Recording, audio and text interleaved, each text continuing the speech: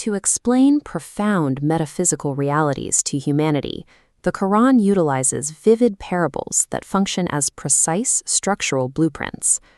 Surah Ibrahim bridges historical accounts of the prophets with these underlying cosmological realities.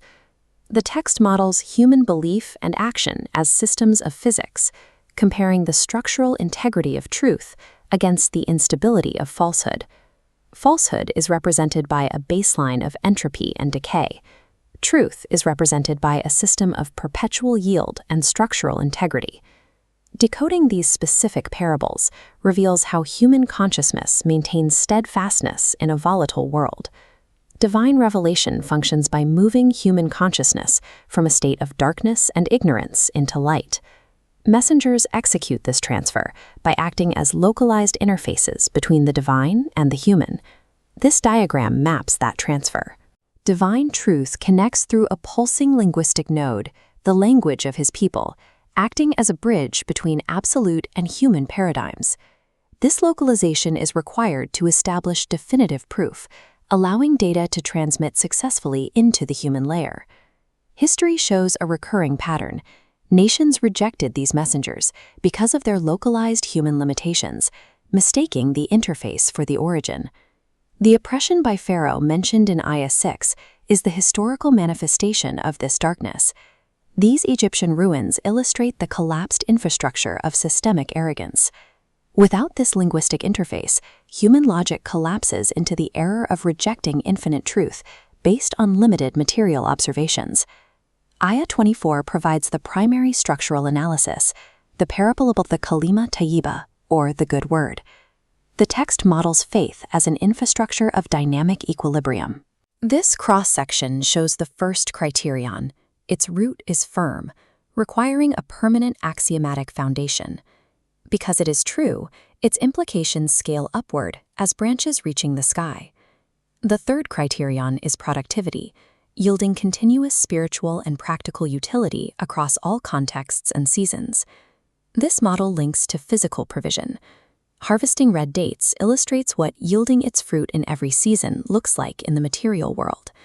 This perpetual yield is guaranteed by the will of its Lord.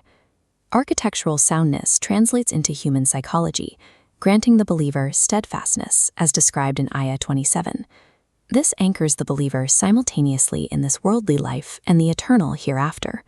A firmly rooted belief system is the architecture that sustains human output through temporal decay. The inverse model is the kalima khabitha, or the evil word. This system is defined by a total lack of foundational grounding. The text describes it as uprooted, possessing no intrinsic stability or center of gravity. It collapses under its own weight.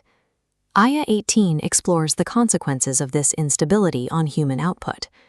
Effort exerted in the material world without a metaphysical foundation cannot be retained. The deeds of the disbelievers are described as a mountain of effort that transforms into ash, violently scattered by a storm.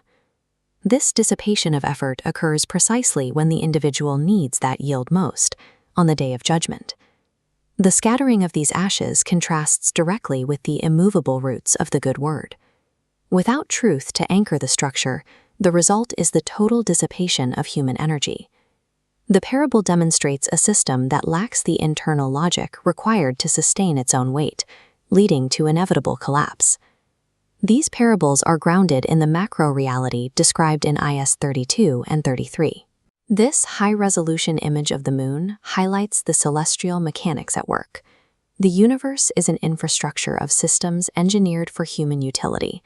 Terrestrial and hydrological systems serve material and economic survival. Subjected oceans allow ships to sail by his command. This aligns with the equation in Ayah 7. If you give thanks, I will give you more. Gratitude acts as a multiplier of provision. Ayah 34 establishes that counting these blessings results in a computational error. The data visually overloads, they cannot be numbered. Humanity is embedded within an unquantifiable, infinite matrix of blessings. Yet the text identifies a psychological bottleneck. The human default is diagnosed as truly unfair, totally ungrateful. Ingratitude turns a cosmological surplus into a localized spiritual deficit. Placing these two final outcomes side by side allows for a comparative analysis. The good tree provides a perpetual harvest of steadfastness in this life and the hereafter.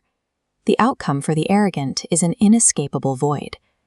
The text describes a state of profound dissonance, where destruction approaches from every side, but release never comes. Human destiny is determined by the structural integrity of a foundational belief. To exchange reality for ingratitude is to choose an uprooted existence. Effort without the good word is guaranteed to scatter like ash in a storm. Surah Ibrahim invites us to anchor our consciousness in truth, ensuring stability, yield, and alignment with the Creator of the heavens and the earth.